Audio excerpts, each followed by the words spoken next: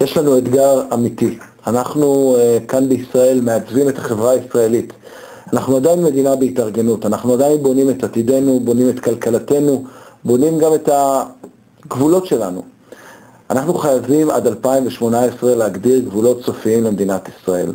אנחנו חייבים לחיות במציאות שבה תהיה כאן מדינה פלסטינית עצמאית לצידנו, ותהיה כאן מדינה יהודית ודמוקרטית מדינת ישראל. זה אסטרטגיה קריטית וחשובה לכולנו. זה קריטי לייצר את ההפרדה הזאת בינינו לבינם, כדי שנוכל להמשיך לייצר כאן באמת מדינה יהודית, דמוקרטית, חברה פלורליסטית, פתוחה וטובה לנו, לעם היהודי.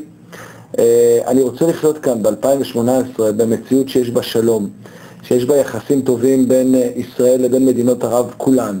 אני רוצה לראות סיטואציה שבה הרשות הפלסטינית של היום תהפוך להיות למדינה פלסטינית עצמאית. יש לה כלכלה, יש לה חינוך, יש לה חברה, יש לה שיתופי פעולה טכנולוגיים ומדע עם ישראל ועם מדינות העולם כולן.